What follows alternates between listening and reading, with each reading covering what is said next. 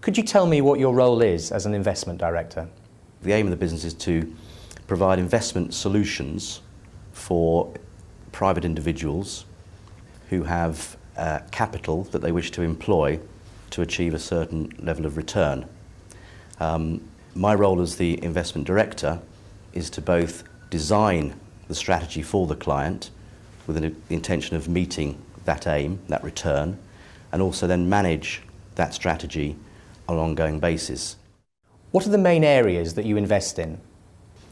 We invest in a number of different areas to try and, as I said earlier, to keep the overall spread of investment right. And they really start from the lowest risk asset, which is cash, and then we introduce other asset classes that have different risk and return profiles. So as one is prepared to take on a bit more risk, then obviously one's going to potentially get some more return.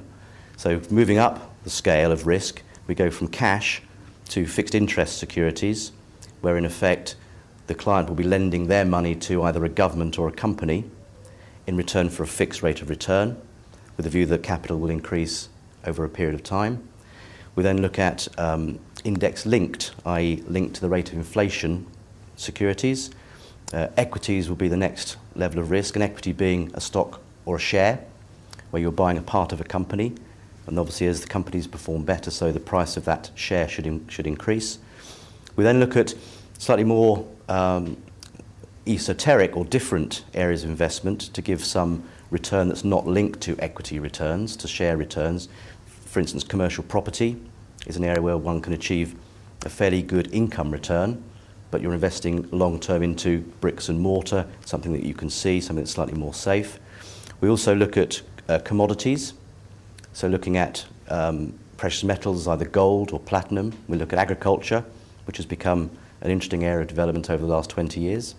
And then we have the final asset class we call our alternative investments, and they can be either hedge funds, which invest in lots of different areas, or something that's called absolute return funds, where the manager will invest money across a whole wide range of areas with a view to giving small incremental elements of return over a reasonable period.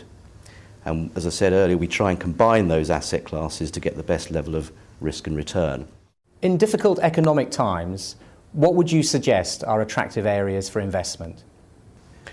There are a number of attractive areas, and I think I've touched on one earlier with the bond investments, but perhaps I'll develop that a little bit further. A lot depends really on where we are within that economic cycle.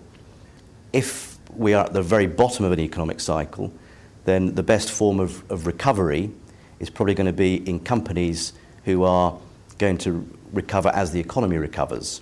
So when prices are very low, you could invest in an equity of a company where you saw they would benefit from that reduction in interest rates that you've seen.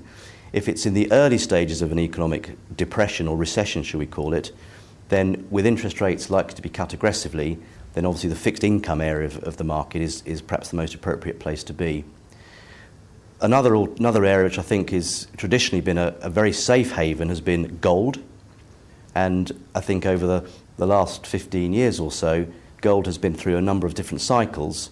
And in particular, I think as a recovery play, it will always be perceived as a store of value. At the same time, as the emerging markets keep continuing to grow, there's a lot of interest and appetite for people to invest in gold in terms of their jewellery, as well as wishing to own that asset. So I think gold, fixed income securities, and early cycle equities would be my answer.